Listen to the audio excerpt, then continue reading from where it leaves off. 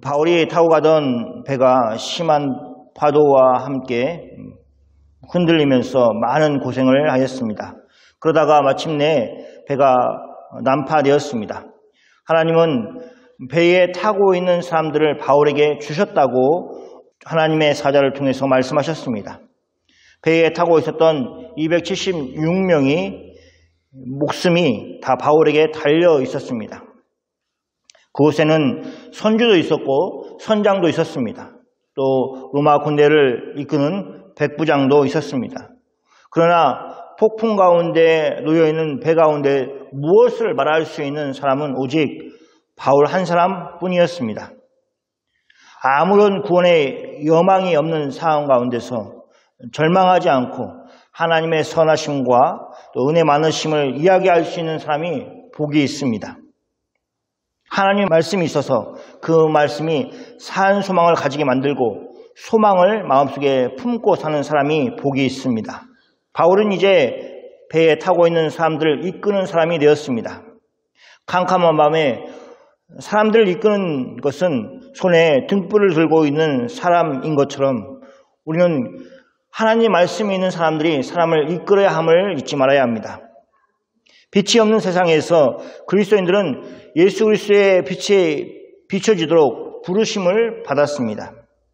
2024년에는 그 복음의 빛으로 세상을 밝히 비치는 여러분이 다 되시기를 축원합니다.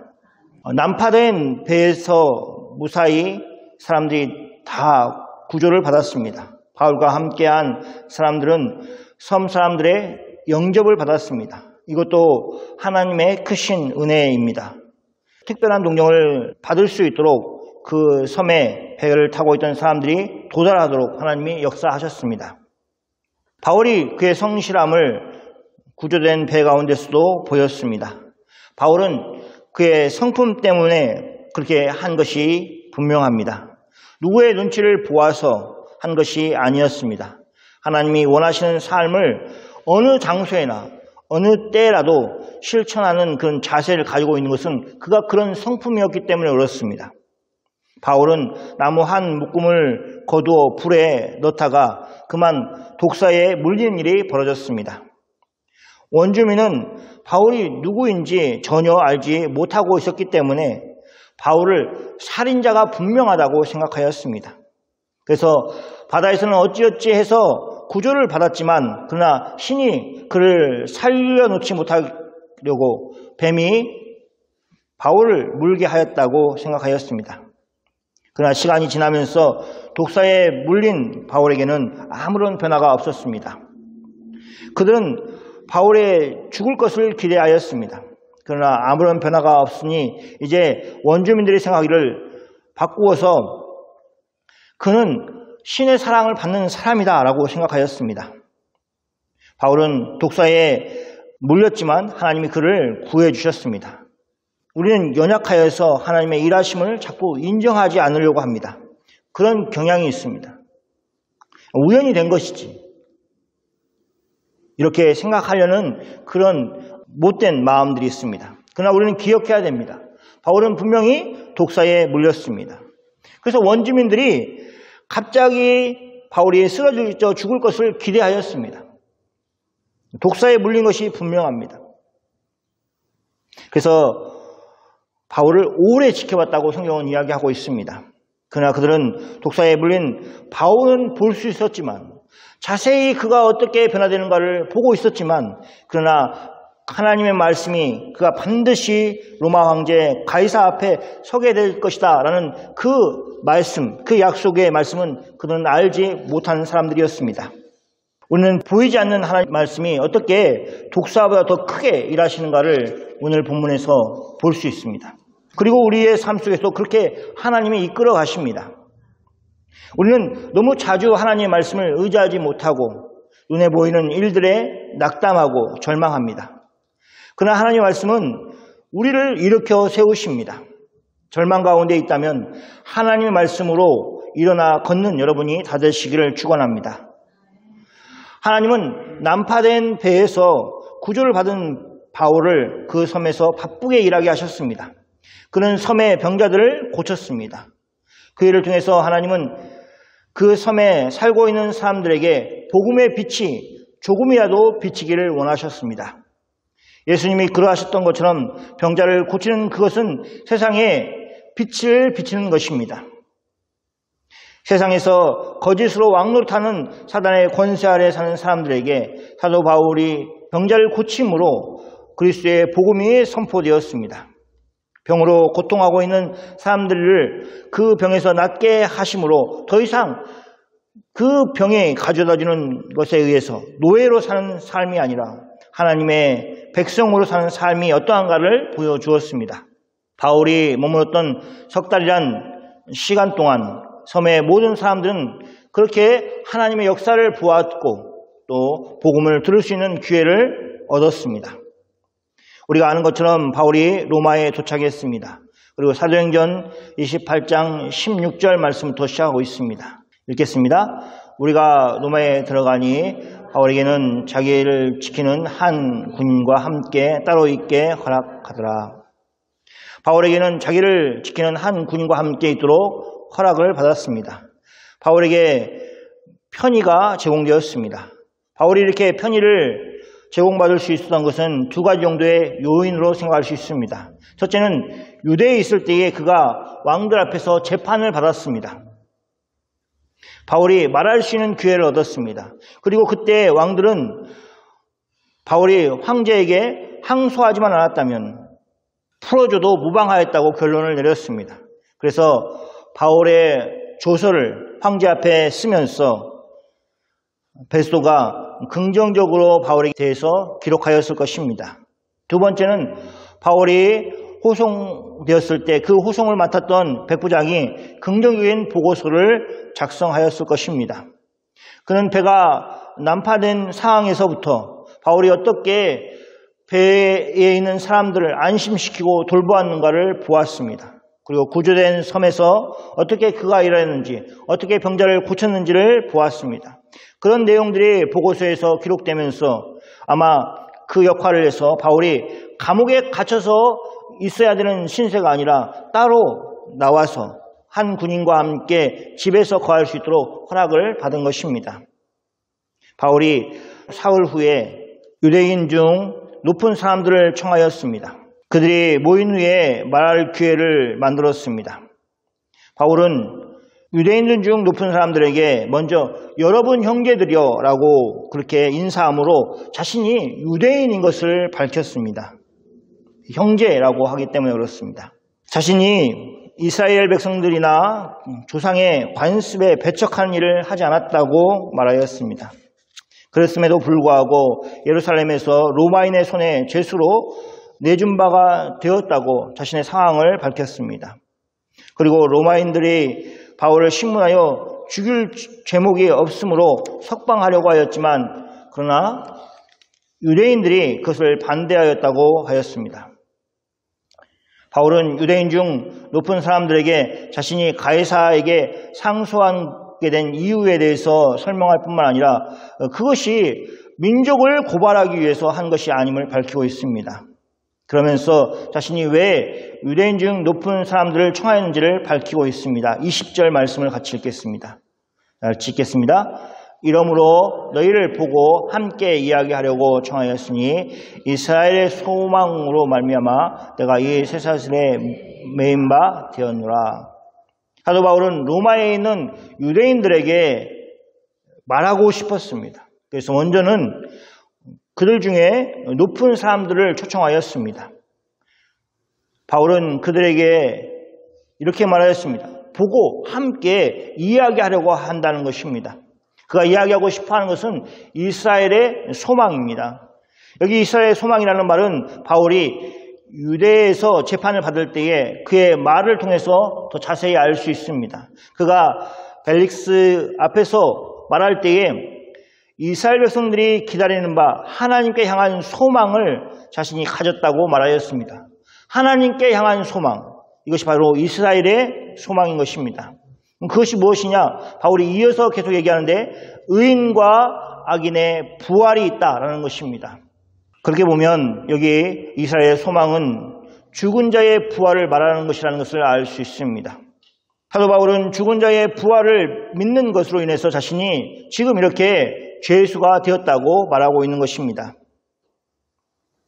좀 더 이스라엘의 소망에 대해서 말한다면 그것은 죽은 자의 부활이고, 그리고 죽은 자의 부활에 대해서 이제 단지 앞으로 이루어질 일에 대해서 말하는 것이 아니라 예수 그리스도로 인하여서 이미 이루어진, 그래서 확증된 일이라는 것을 말하고 있습니다.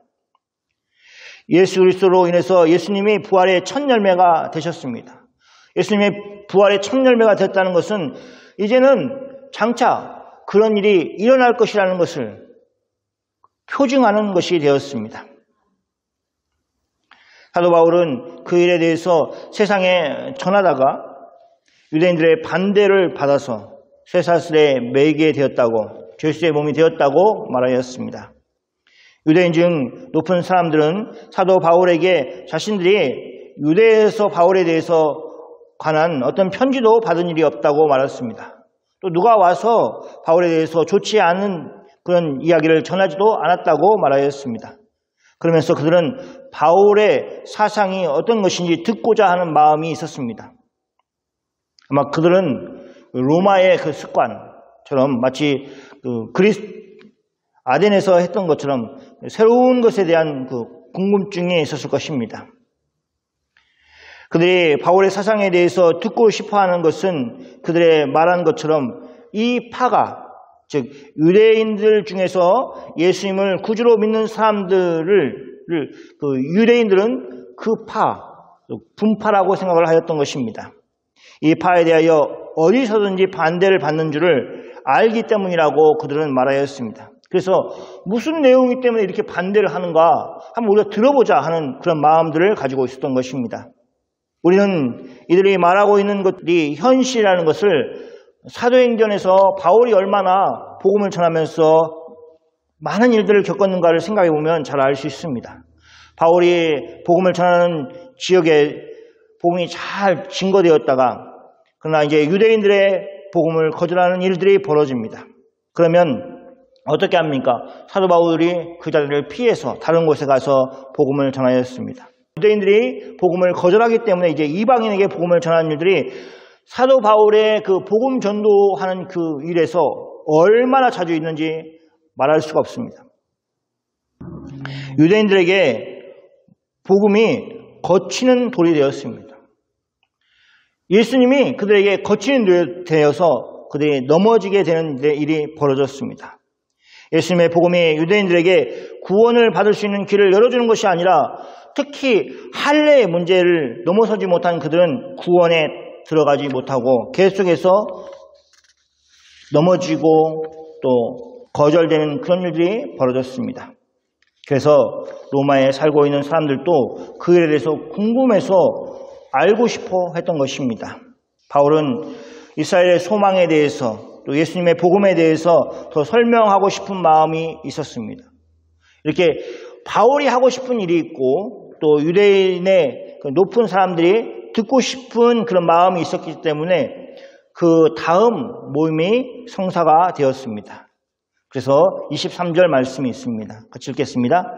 그들이 날짜를 정하고 그가 유숙하는 집에 많이 오니 바울이 아침부터 저녁까지 강론하여 하나님의 날을 증언하고 유대의 율법과 선지자의 말을 가지고 예수님에 대해서 권하더라. 그들이 날짜를 정해서 바울이 있는 그 유숙한 집에 왔습니다. 많은 사람들이 왔습니다. 처음에는 유대인 중에 높은 사람들을 초청하였습니다. 그런데 그들이 이제 밖에 나가서 얘기를 했겠죠. 그래서 더 많은 사람들이 로마에 살고 있는 유대인들이 이제 함께 모여서 바울이 무슨 말을 하는가 한번 듣고 싶어서 온 것입니다. 얼마나 귀가 솔깃하겠습니까? 이스라엘의 소망에 대해서 말하겠다라고 하는 그 제목만으로도 그들은 충분히 바울이 무슨 말을 하는지 듣고 싶어 했을 것입니다. 그래서 바울의 말에 관심 있는 사람들이 그에게 올 수 있도록 초청을 해 준 것입니다. 많은 사람들이 바울의 집에 왔습니다. 바울은 정말 혼신의 힘을 다해서 가르친 것이 분명합니다. 그는 아침부터 저녁까지 그렇게 강론을 하였습니다. 그래서 하나님의 나라에서 증거하였습니다. 또 모세의 율법과 선자의 말을 가지고, 즉 구약 성경을 가지고 예수에 대해서 권하였습니다. 뭘 권하겠습니까? 예수를 믿도록 권한 것이죠. 바울이 로마에 살고 있는 유대인들에게 예수님을 믿을 것을 권하였습니다. 성경을 펴서 설명을 하면서 권하였을 것이 분명합니다. 바울이 아침부터 저녁까지 그들에게 하나님의 나라를 증언하였습니다. 성경을 통해서 예수를 믿는 것을 권하였습니다. 시간적으로도 긴 시간 동안 말을 하였을 것입니다. 그리고 그들이 반응하였습니다. 24절 말씀입니다. 그 말을 믿는 사람도 있고 믿지 아니하는 사람도 있어. 제가 이 말씀을 굳이 찾아서 함께 읽고자 하는 이유가 있습니다. 그것은 바울이 말하고 있기 때문입니다. 어떤 사람들은 믿고 어떤 사람들은 믿지 않았다는 것을 당연한 것으로 여기지 않길 바랍니다. 하나님의 말씀이 선포된 곳에는 분명한 입장이 있다는 것입니다. 믿든지 믿지 않든지 둘 중에 하나를 선택한 자신의 입장을 결정을 해야 된다는 것입니다. 경험이 많고 또 하나님의 말씀을 많이 가르쳐본 또 하나님의 말씀에 대한 지식이 있는 바울이 적지 않은 시간 동안 아침부터 저녁까지 구약 성경을 가지고 예수님에 대해서 권하여 믿지 않은 사람들이 여전히 있다는 것이 우리는 신기하게 생각해야 됩니다. 그리고 그것이 냉혹한 현실이라는 것을 잊지 말아야 합니다. 유대인들이 마치 한 사람같이 바울의 말을 듣고 예수를 믿는 일이 일어나야 될 것 같은데 그렇지 않았습니다. 서로 일치를 이루지 못하여서 어떤 사람은 믿었고 또 다른 어떤 사람들은 믿지 아니하였습니다. 그래서 서로 맞지 않아서 흩어졌다고 성경은 이야기하고 있습니다. 그때 바울은 그들에게 한마디를 하였습니다. 성령이 선자 이사야를 통해서 유대인의 조상들에게 말한 것이 적절하다고 얘기하였습니다. 그 유대인 조상들, 그 이사야 선자의 시대에 살았던 사람들이나 지금 내 말을 듣고 있는 사도 바울의 말을 듣고 있는 사람들이나 다르지 않다는 것을 이야기하고 있는 것입니다. 그래서 그때 하나님이 이사야 선자를 통해서 하신 그 말씀이 적절하였다. 그 시대를 살아보지 않았지 않습니까? 그냥 글로 왔는데 사도 바울이 겪어보니까 그 말이 참 적절하다라고 얘기를 하고 있는 것입니다. 자, 그 내용을 함께 읽어보겠습니다. 26절, 27절 말씀입니다. 일렀으되 이 백성에게 가서 말하기를 너희가 듣기는 들어도 도무지 깨닫지 못하고며 보기는 보아도 도무지 알지 못하는도다. 이는 눈으로 보고 귀로 듣고 마음으로 깨달아 돌아오면 내가 고쳐줄까 함이라 하셨으니. 하나님이 이사야에게 이스라엘 백성에게 가서 말하라고 하신 내용이 이것입니다. 이사야 선자가 백성에게 외쳐야 할 내용을 이렇게 말씀하신 것입니다. 너희가 듣기는 들어도 도무지 깨닫지 못하며 보기는 보아도 도무지 알지 못하는도다. 이것은 이스라엘이 그때 나타났던 현상이었습니다. 그들은 깨닫지 못하고 알지 못하였습니다. 그런데 그 뒤에 이어지는 27절 말씀은 사도 바울의 말을 듣고 있는 유대인들에게는 참으로 고통스러운 내용이었을 것입니다. 이처럼 이스라엘 백성들의 마음이 우둔하여져서 그 귀로는 둔하게 듣고 그 눈은 감았는데 그 이유가 있습니다. 그것은 아마 이스라엘 백성들의 스스로는 이렇게 생각했을 것입니다. 내가 그걸 선택했어. 내가 안 보기로 선택했어. 내가 안 들기로 선택했어. 이렇게 이야기할 것입니다. 자신들이 선택한 것이라고 생각할 것입니다. 귀에 거슬려서 듣지 않았고 또 눈에 거슬려서 보지 않았다고 그렇게 생각하였을 것입니다. 그러나 실상은 그렇지 않습니다. 성경은 무엇이라고 얘기하고 있습니까? 하나님이 이사야 선자를 통해서 말하고자 하시는 것은 이것입니다. 하나님이 그들을 듣지 못하게 하고 눈이 보지 못하게 하셨다는 것입니다. 이스라엘은 자신들의 의지로 듣지 않고 보지 않았다고 생각하지만 그러나 실상은 하나님은 하나님으로부터 그런 능력을 주시지 않으므로, 그런 은혜를 주시지 않으므로 그들이 보지 못하고 듣지 못하는 일이 벌어졌다는 것입니다. 하나님은 그들이 눈으로 보고 귀로 듣고 마음으로 깨달아 하나님께로 돌아올 것을 염려하셨다고 얘기하고 있습니다.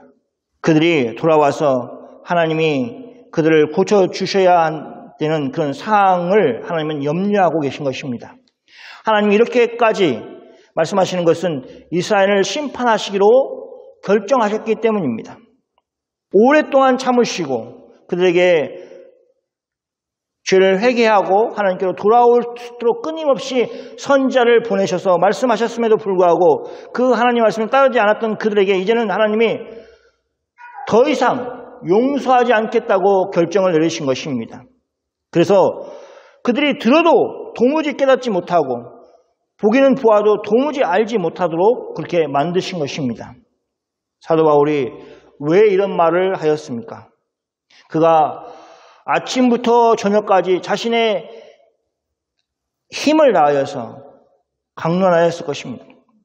하나님의 나라를 증언하고 또 모세의 율법과 선지자의 글을 가지고 예수님을 믿도록 권하였습니다. 그런데 믿지 않은 사람들이 있었습니다. 그때 사도 바울이 마음속으로 이 이사야 선지자의 말씀이 생각이 났을 것입니다. 이사야 선지자를 통해서 하나님이 하신 말씀이 생각났습니다. 그래서 지금 바울의 눈앞에 벌어지고 있는 상황에 대해서 이사야 선지자의 말을 통해서 이해가 되었습니다. 아니, 내가 이렇게 복음을 위해서 살았고 내가 하나님 말씀을 가지고 이 분명하게 예수님에 대해서 말하고 있는 이 내용들을 왜 거절하는가?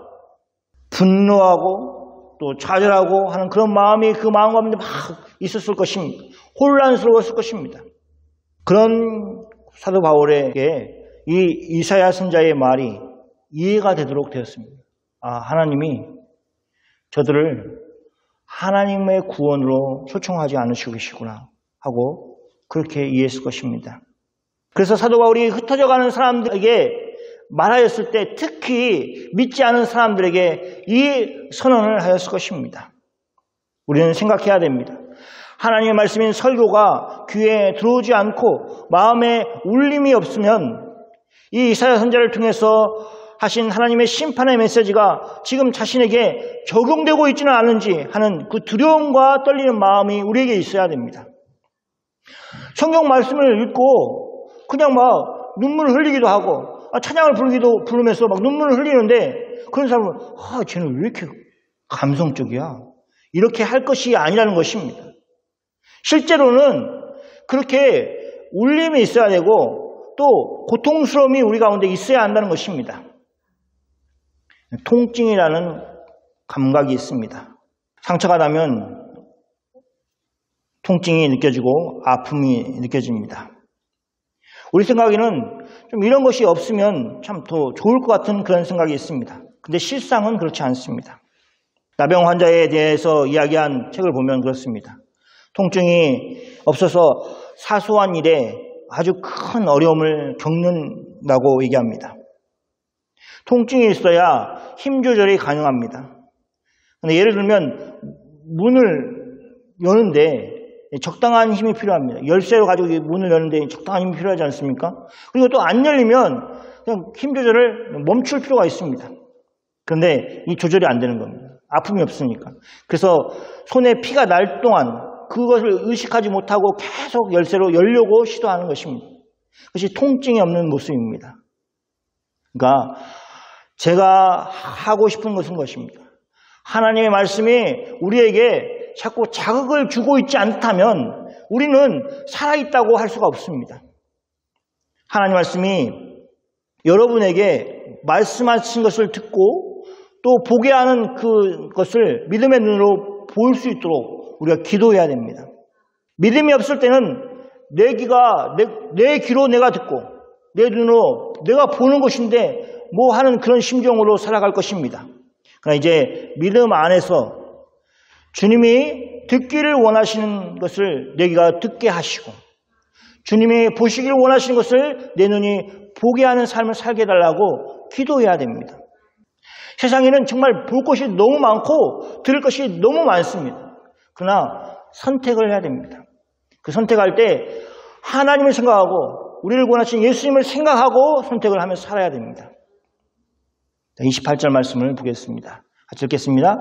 그런즉 하나님의 이의 구원이 이방인에게로 보내어진 줄을 알라. 그들은 그것을 들으리라 하더라. 사도 바울은 그들에게 선언하였습니다. 그런즉 하나님의 이 구원이 이방인에게로 보내진 줄을 알라. 그들은 그것을 들으리라.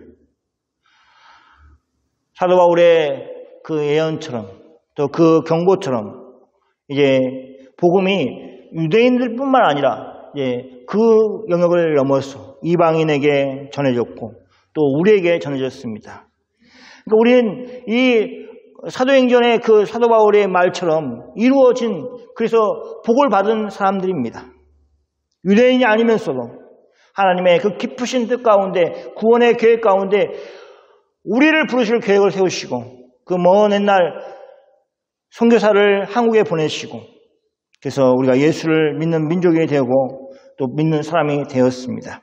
당시 유대인 입장에서 하나님의 구원이 이방인에게는 참으로 먼 것이었습니다. 이방인에게 하나님의 구원을 이야기할 것이 없었습니다. 유대인들은 하나님의 나라 또 이스라엘의 소망을 자신들이 가지고 있다고 생각하였습니다. 그러나 이스라엘의 소망은 예수 그리스도이시고 예수 그리스도가 없는 사람에게는 그 소망이 그들의 것이 될 수 없음을 성경은 우리에게 얘기해 주고 있습니다. 이제 말씀을 정리하겠습니다. 사도 바울은 로마에 들어가서 얼마 되지 않아서 바로 유대인 중에 높은 사람들을 초청하였습니다. 자신이 로마에 온 이유에 대해 설명하고 자신이 이스라엘의 소망을 말하고 싶다고 이야기를 하였습니다. 의사를 전달하였습니다. 그래서 그들도 바울의 말을 듣기를 원하였습니다. 안타깝게도 그들에게는 이미 예수님을 믿는 사람들에 대해서 부정적인 말들을 많이 들었습니다. 얘기하지 않습니까? 이 파에 대해서는 어디서든지 반대를 받는 줄을 알기 때문이다. 그들이 관심을 가진 이유가 그것입니다. 왜 반대를 받는 거야? 하는 그 부정적인 이야기를 들었습니다. 그러나 사도 바울은 시간을 내어 아침부터 저녁까지 하나님 나라를 강론하고 구약 성경 말씀을 가지고 예수님을 권하였습니다. 그 말씀을 듣고 믿는 사람이 생겼습니다.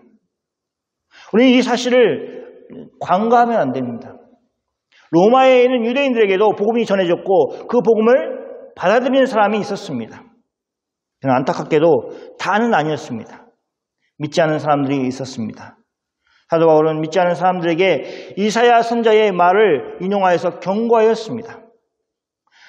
아마 믿지 않은 사람들, 그래서 사도 바울의 집을 나가는 서는 사람들은 이렇게 생각했을 것입니다. 제 말을 하루 들어가지고 내가 뭐 믿는 것을 왜 결정해야 돼?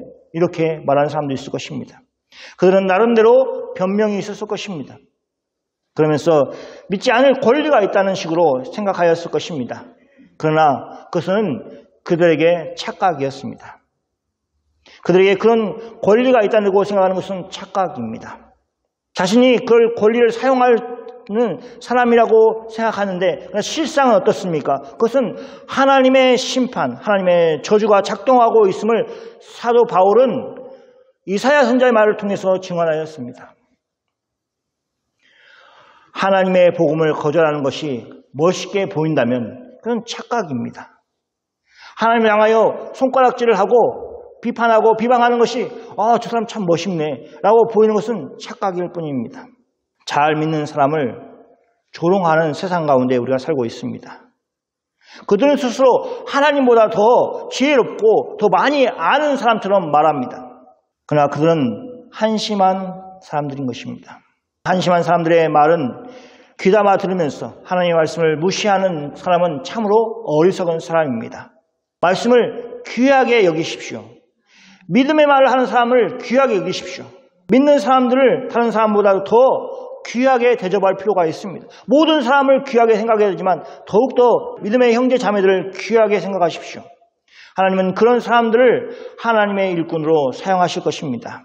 하나님께서 로마에서도 사도 바울을 사용하셔서 하나님 나라를 말하게 하시고 하나님을 권하게 하였던 것처럼 우리 서부교회가 2024년 하나님께 그렇게 쓰임받기를 소원하고 그 일을 하시는 여러분이 되시기를 축복합니다. 아멘. 기도하겠습니다.